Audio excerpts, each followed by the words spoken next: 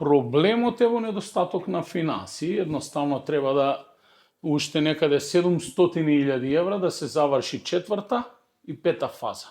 Четврта фаза е значи поставување на столарија и изработка на фасада и петата фаза е комплетно внатрешно уредување. Првата фаза статика и зајакнување и обезбедување на објектот од рушење е веќе завршена, директно финансирана од општина Куманово.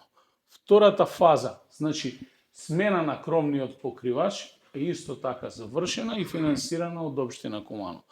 Третата фаза, значи партерно уредување со доуредување на спортските терени е веќе завршена, исто така финансирана од страна на општина Куманово, освен реконструкцијата на надворешното игралиште кое што беше финансирано своевремено од Агенција на млади и спорт.